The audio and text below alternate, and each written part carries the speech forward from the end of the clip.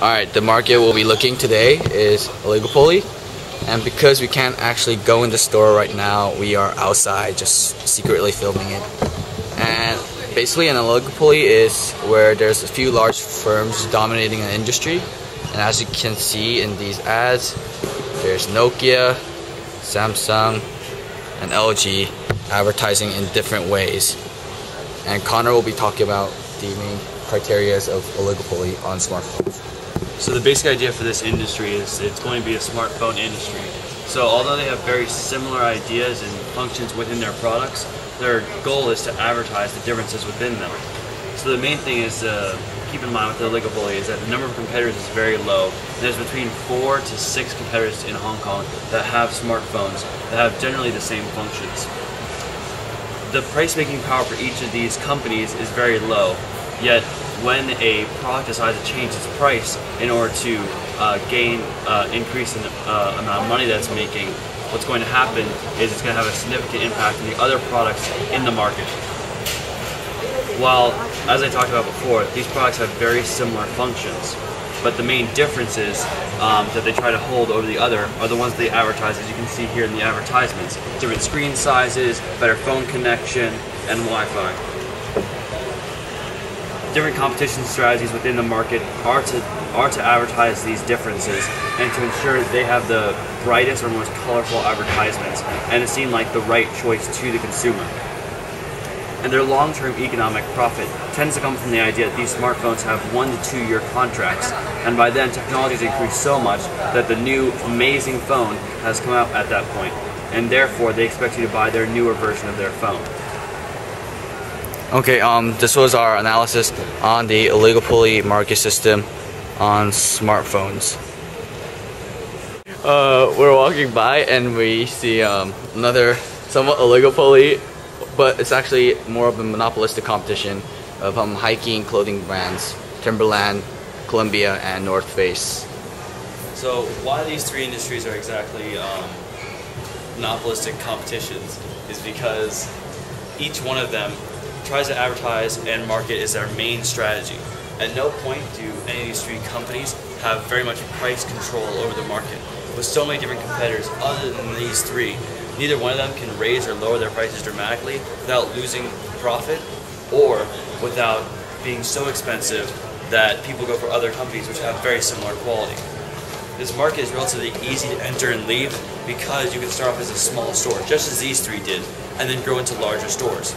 The main reason that these stores are seen as more powerful than the other ones is because they're more world-renowned and because their name, which comes from their advertising and marketing, which we see a lot of. All three of these companies have very similar products. They try to advertise differently to see different types of people and different types of lifestyles almost through their advertising.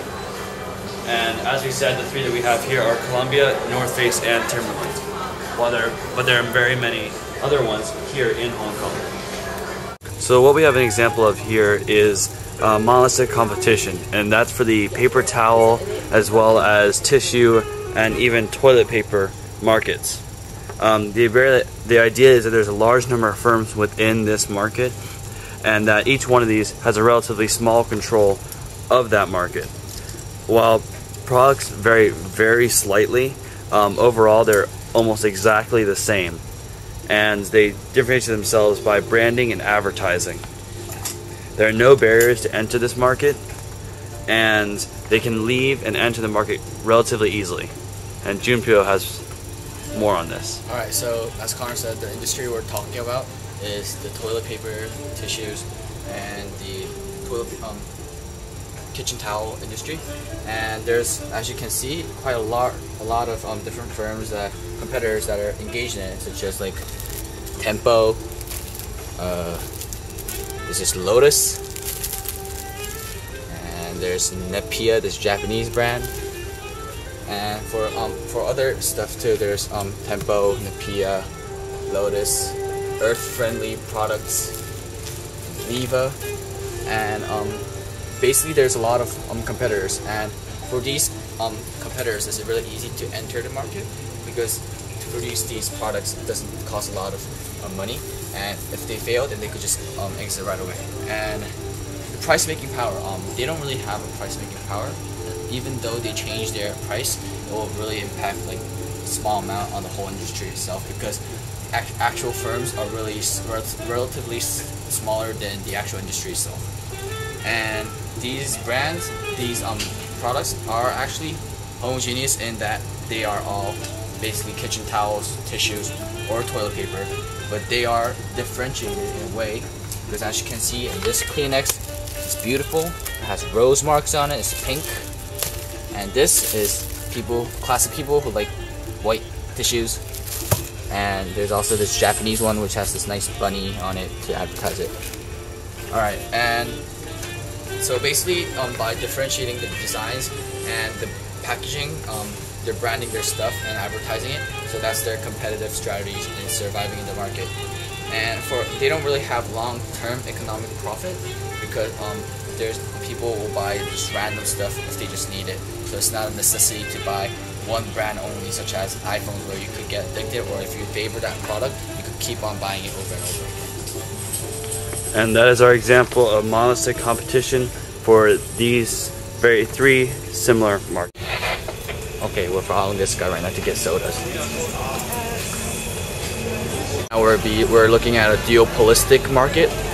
So basically you can see all the Cokes here, Coke, Cherry Coke, Pepsi, one Pepsi, red Pepsi, gold Pepsi, light blue Pepsi, and these are all basically they're all Cokes. They taste the same, but two main firms are actually dominating the market, which is Coca-Cola and Pepsi. These they compete against each other because their products are almost exactly the same. For every ginger ale, there's a 7-Up. For every Coke, there's Pepsi. For every Diet Pepsi, you're going to find a Diet Coke, and they match each other perfectly. And every single time they make a different type of product to try to diversify themselves, the competitor is going to do the same exact thing. When a new type of product rises in the market, it'll only be bought up by this larger company. For example, things like 7-Up or Cherry Coke came about because of these things.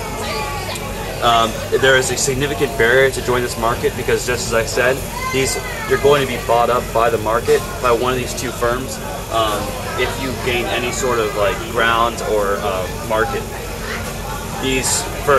Both these firms have direct competition with each other, and all their advertising goes against the other, trying to say how great their product is. And then based off your consumer preference, you tend to buy one over the other, yet products are quite similar to each other.